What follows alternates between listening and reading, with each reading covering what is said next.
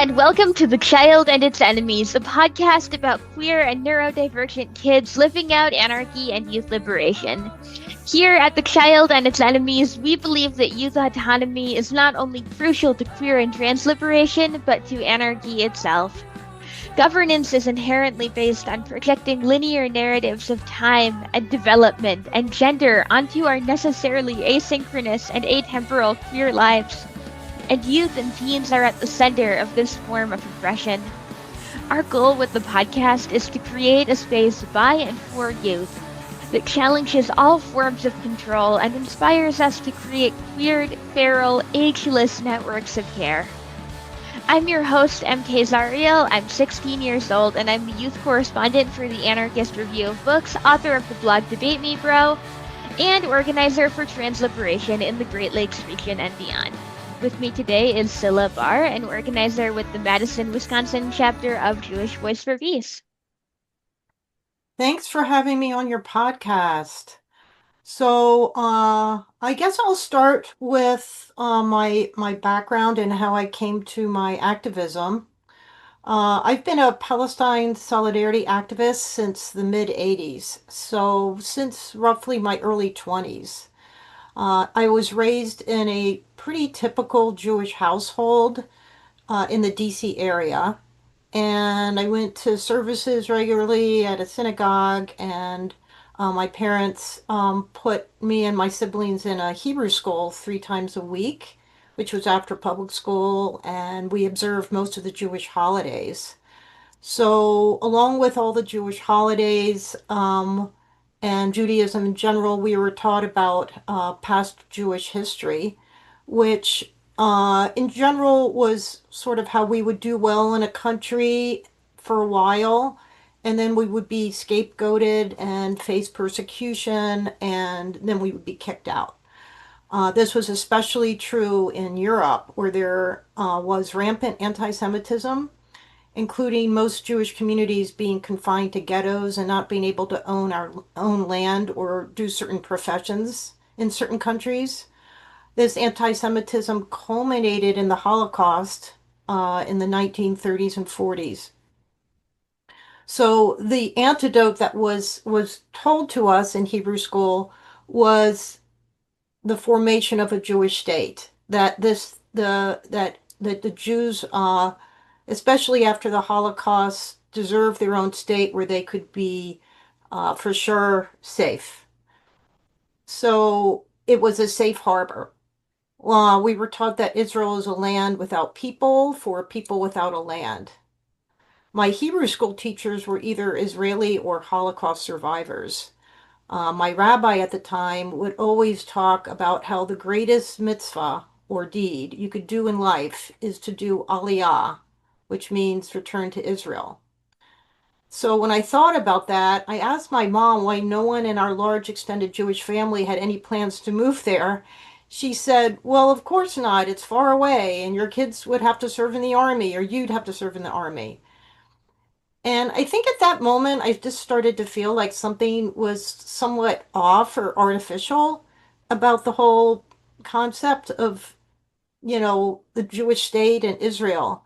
But I didn't really explore it back then. Looking back more critically at my Jewish education, which is, again, it's fairly similar across the country and still continues today, I see that there's a strong intertwining of 3 concepts: Judaism, the Holocaust, and Israel. So criticizing any of these strands feels to many Jewish people raised in this way like you were criticizing all of them. Thank you so much for sharing all that. I feel like the broader shape of what you're dealing with kind of speaks to the broader way that we learn about statism and governance as kids. Like it seems like it's so natural and perfect, and then the cracks start to show the more we learn about it. Mm-hmm. And that's definitely true with the state of Israel, but I think in a broader sense that can even be true about gender roles and the nuclear family and all the other stuff that we hear about when we're like 3 years old and just never think to question until we do.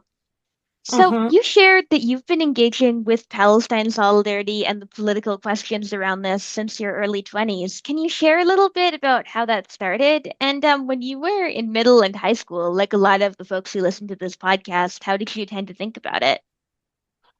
So what's important to be aware of is that Palestine, it was just not in the news back then.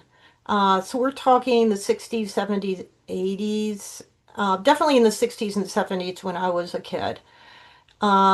And it was also before the internet. So if you can imagine that, there just wasn't that much information. I mean, you would have to really seek it out, like go to the library and know what to even look for. I mean, I think the issues back then were, I mean, definitely in the 60s it was Vietnam, and and then in the 80s it was sort of Central America and South Africa. So yeah, I just wasn't, it wasn't in the sphere of whatever was going on. However, things started to really shift for me when it right around the early 80s, and I was old enough to start reading the newspaper regularly. And at that time, I was living in Washington, D.C., and I was reading the Washington Post coverage of the Israeli invasion of Lebanon. And I just started to read every single article about it. And honestly, it was the first time I had heard anything negative about Israel. I remember one story really got to me, which was that there were these Lebanese civilians fleeing their villages on foot down a road, and Israeli warplanes just bombed this long line of civilians, killing hundreds and hundreds of people. I also then later learned about the Sabra and Shatila massacre in one of the Palestinian refugee camps in southern Lebanon. It was quite shocking, and I just struggled at that time to make sense of it. Again, like it was just the idea that Israel was doing something so horrific. I just I couldn't wrap my brain around it. Um, and at the time, I was working at the Institute for Policy Studies, which is a left-wing think tank. So it's a really a great website as well if you guys want to check it out, Institute for Policy Studies. But the focus back then, in terms of foreign affairs, like I was saying, was Central America and South Africa. My boyfriend at the time suggested that I should learn more about Israel-Palestine, especially since I was busy protesting apartheid in South Africa and other progressive causes at the time. And I think he could tell I was avoiding the issue because it was just really uncomfortable as a Jewish person to start criticizing Israel. It just felt like a huge betrayal. So when I did finally start, I mean, I was just almost nauseous. Um, so yeah, that's kind of, and then I can sort of talk more about the group that I finally joined if you want. Yeah, thank you again for sharing all that and for talking about, that experience of social pressure to agree with other people's political views and the idea that if you don't, that can be not something that's encouraged and talked about, but instead something that really leads to this social friction. I'm sure a Mhm. lot of us, when we became anarchists, felt the same way, or any other politic that's more at the fringe. Um, and Mm. just the idea of kind of being forced to make that change, even when it's uncomfortable, after learning about the sheer amount of human suffering that happens as a result of settler colonialism. So, when you started to feel more strongly about Palestinian liberation, how did you plug into community organizing work, and what kind of groups were you in? Yeah, so as I was sort of struggling, I just felt sort of this moral imperative to do something about it.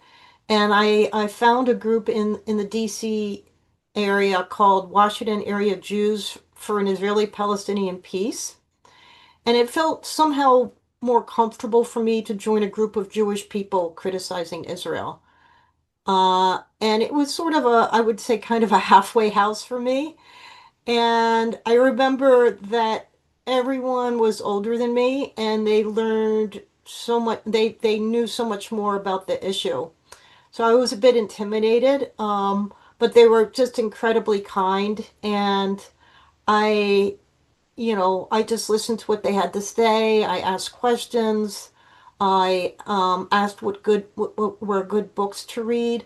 So it was a really supportive atmosphere, and they didn't really force me to like engage until I was ready. So that was a really great, that was a really wonderful group. And I eventually started helping them out, but yeah, they were pretty incredible. In fact, there was one of the women had been a nurse working at a hospital in Lebanon during the Sabra Shatila massacre. So that experience was just hellacious of just seeing stacks of corpses, Ugh. Anyway, then I moved to Berkeley, California in the early 90s, and I joined a group called Women in Black, which was actually started in Israel by a group of women who would stand on busy intersections in Jerusalem, and then it spread to Tel Aviv and other large cities in Israel on Friday, and they would stand there Friday at noon before Shabbat, wearing black and holding signs saying in Hebrew, "End the occupation." And in Israel, they put up with a lot of verbal abuse. This movement quickly spread to cities around the world. So there was one in Berkeley, and we went every Friday at noon on Telegraph Avenue, holding signs, handing out informational flyers and petitions, and engaging in dialogue with people on the street. That was an amazing group of women. It was intergenerational.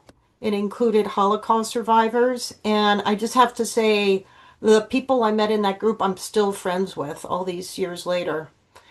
So that was also a very powerful group. I think that was the first time I met a Palestinian, and she was in the group, and we became friends.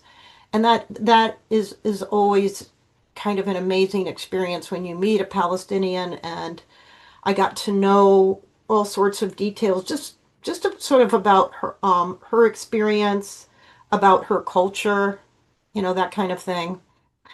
Then I moved to Madison in the early 2000s, and I helped start the Madison Rafa Sister City project, which still exists today. I've been part of it for over 20 years.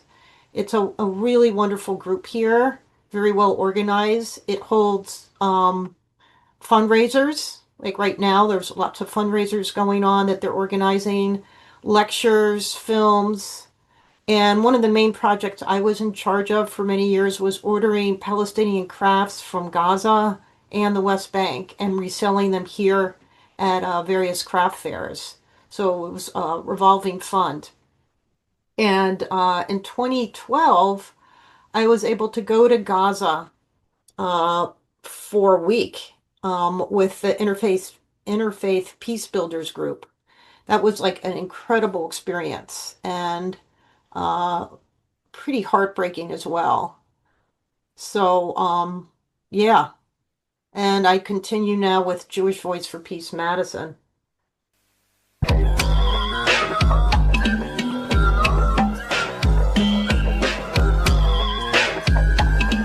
I'm exhausted. Last night I couldn't sleep, but when I did, I could hear bombs in my dreams. Nightmare situation. How could they be so evil, making martyrs out of children and innocent people? We expect the bombs, not knowing where next. Huddle in the corner of my room, trying to protect my little brother. As the building shakes like it's possessed, but nothing stronger than the will of the oppressed. I fall back with my lyrics and rhymes, living the times, trying to break the Palestinian minds. What's hiding in the clouds, hanging over my head? My dad risks his life outside to buy bread. The fourth war in my 12th year. At this stage I'm numb, though I haven't felt scared. There's nothing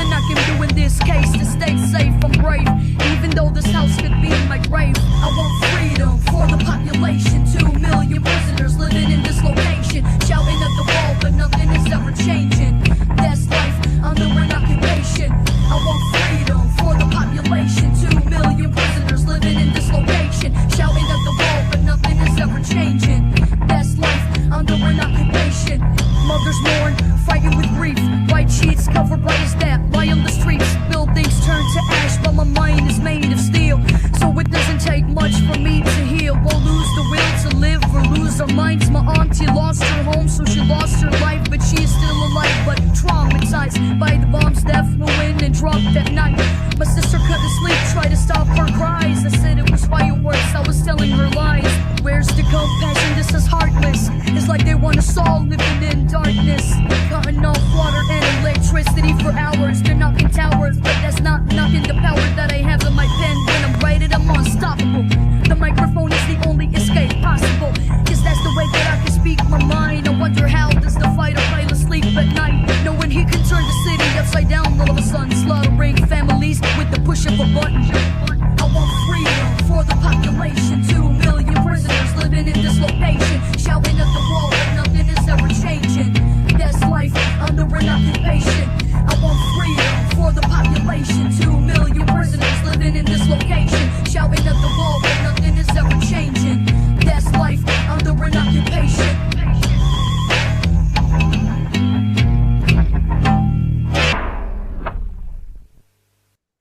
So that makes a lot of sense that you felt drawn to organizing groups at the intersection of public protest and social support and fundraising for humanitarian aid. Like, I think that really exemplifies the diversity of tactics that we talk about within anarchist spaces, how we don't just organize in one discrete way, but instead it's iterative and it responds to the needs of an actual situation. So I'm wondering if you could share more about Jewish Voice for Peace and what kind of organizing y'all do. Sure. So Jewish Voice for Peace, it's a national group with over 60 chapters all over the country. It started in the Bay Area in 1996, and in 2002 it decided to go national, and which was an excellent idea. But it's sort of hard to get started in the beginning, but it united similar Jewish activist groups that had been existing in larger cities, such as Chicago, Boston, New York, and it has become the largest progressive Jewish anti-Zionist organization in the world. We organize a grassroots, multiracial, cross-class, intergenerational movement of U.S. Jews for solidarity with the Palestinian freedom struggle, guided by a vision of justice, equality, and dignity for all. JVP Madison is a bit smaller than the chapters in the larger cities, so our capacity is a little more limited. However, we grew, just huge since, after October 7th, 2023. Our organizing, to some degree, is centered around working with other Palestine solidarity groups in Madison. So we put on events, rallies, lectures, films, and we also meet with elected officials. A couple of us have also written op-eds, letters to the editor, and articles, and many of us have spoken to community groups and churches around Madison. We also have organized very well attended community Shabbats, Seders, and high holiday gatherings, where the rituals and prayers are based on a Judaism beyond Zionism and solidarity with our Palestinian brothers and sisters. And we have one coming up that I just designed a flyer for Dr. Feroz Sidwa, who's a Palestinian American, who's been to the hospitals, working at the hospitals in Gaza twice in the past year, and he's going to be coming here to Madison in late July. Well, that is so cool that KVP kind of provides a political home for people who might not feel welcome in Palestine solidarity groups as a whole. I mean, Hmm. I know I've met teenagers who have joined KVP chapters because it's such a friendly space, even if they feel freaked out by the idea of community organizing as a whole. And on that note, I'm wondering what it's like to organize in a space like KVP that is intergenerational and includes teenagers and also maybe includes an older cohort of folks, and how does that inform your community organizing? Well, we absolutely welcome people of all ages. I think it's incredibly important to get the perspective of younger people as well as our elders. And it's just a matter of figuring out where people are comfortable plugging in. So for some people, that's like for me in the beginning, it was because I'm a graphic designer, it was just I'll just do graphic design because that's what I feel okay doing. But yeah, it's just figuring out what people want to do or are thinking they how they can plug in. And like getting back to that, my first experience in an activist group back in DC, it was great to just sort of hold back and listen in the beginning and speak up when you're ready to. But yeah, I think that JVP has a lot of different ages, and I think that's really amazing. I've made friends with people much younger than me, and I really appreciate that. And then also there's some people in their 70s and 80s who we welcome their opinions and experience as well. Well, I love that ethic of intergenerational care and how like there are elements of mentorship and that younger people can be with more experienced organizers without like the hierarchical side that some mentorship dynamics can have, and how people can plug in ways that feel relevant to them rather than like one hegemonic idea of what protest looks like and what organizing looks like.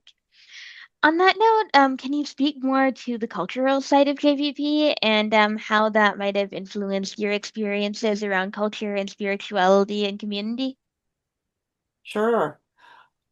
So I would say in general, JVP gives a home to Jewish people who are absolutely appalled by Israel's oppression of the Palestinians and want to speak out as a Jewish person and do something. JVP is deeply rooted in what I see as the best teachings of Judaism, which is do unto others as you would have others do unto you, and justice, justice you shall pursue, and tikkun olam, which it means healing the world. It gives me a lot of hope that there's a much larger group of anti-Zionist Jews than when I first started being active on this issue 40 years ago. Jewish people who are moving towards a Judaism that is beyond Zionism. And many more young Jewish people are not buying what they're being taught as kids anymore. They're starting to question more, especially now with what is a genocide going on in Gaza. And it has been termed a genocide by the UN, Amnesty International, and other organizations and genocide scholars, etc., etc. I also think that it's really important to speak out because our government is supporting this genocide militarily, financially, and diplomatically. So it's more important than ever that both Jews and as Americans stand up right now and say enough is enough. Yeah, absolutely. And you're so right that this is something that especially teenagers are navigating because I'd say all teenagers, but especially those who maybe are growing up in a household that is supportive of Israel, might be hearing about this from their families and then eventually learning about it from other sources and still kind of parsing what their political beliefs are. And on that topic, what advice would you have for kids and teens who are listening to this, think it's cool, and maybe want to start a JVP chapter at their middle or high school? I would say definitely go for it. You can find out about Jewish Voice for Peace by going to their website and going to how to get involved, or even just go to their main email or phone number. They will actually assign you to someone and who will help get you started. And even if you have a really small group, you can still do a lot. I really encourage everyone to get involved right now, especially in a political action group. And if you want to learn more about this issue, if you feel like you don't really know quite enough, you can go to the Madison Rafa Sister City Project and look under resources, and they have a that's a good place to start. There's primers on the Israel-Palestine conflict. Also, the Zin Education Project has if you go to that and click on Palestine, you'll see a lot of great ways to learn more about the topic. But I also want to sort of end with the reasons to become an activist that I see. One is to help bring about peace and justice in the world. Uh, it helps you feel empowered. You meet some amazing people, and you end up growing your skill set. So I ended up doing things that I had never imagined doing before, like public speaking, which was really hard for me in the beginning. I've written many op-eds. I've never written an article, an op-ed in my life. I got help from people to help me out there. I've met with elected representatives many times. I was very nervous in the beginning, and then I got a bit better at it. And also just doing this buying and selling of Palestinian crafts. I had never done that before, or wired money to Palestine. So you end up doing all sorts of things that you wouldn't normally do in your real job because you didn't have any experience. So I love that too. And then lastly, you learn how to work together in a group, which is not always easy, but it's a great, important skill to have. Thank you again for all of that. And I agree that, like, especially for teenagers, activism can be a space for a lot of learning and growth and kind of than what compulsory education has explicitly taught us. Like, I know that becoming an anarchist, like, I didn't know I was trans. I didn't know that I was in the neurodivergent community. I didn't know that I could do things like having a podcast or writing about critical theory, but I've done all of those things and transitioned. Not that every anarchist has to, but you know. And Yeah, and yeah, exactly. this is definitely the time to join a political action group. Things are really intense right now. So, on that note, I'm wondering if you have any shameless plugs, either for political action groups you're in, or resources, or where people can find your writing on the internet, or anything else like that. Yeah, I guess I already kind of started talking about that. So the Zen Education Project, like I mentioned before, Madison Rafa Sister City Project under resources. Even the Jewish Voice for Peace national site might have ways to learn more about this topic if you feel like you're confused or don't know a lot about it. I think that it's hard when you're kind of thrown a lot of information, like current events or news articles, and you don't know the context. And I think that's when I was starting out, it was kind of a confusion, and it took me a while to go, okay, I really need a background in this to fully understand what's going on. So yeah, I think that those are good sites to start out with. I don't know if you, MK, have others that you think would be great resources for learning more about this. Yeah, we have a collection of resources, including about Palestine solidarity on our website, thechildanditsenemies.noblogs.org, and folks can also join our Discord and Signal groups linked on our website. And yeah, thank you so much for sharing your youth liberation journey. This has been Scylla from JVP Madison, and you're listening to The Child and Its Enemies. I'm MK Zario. Thanks for listening. Stay safe, stay dangerous.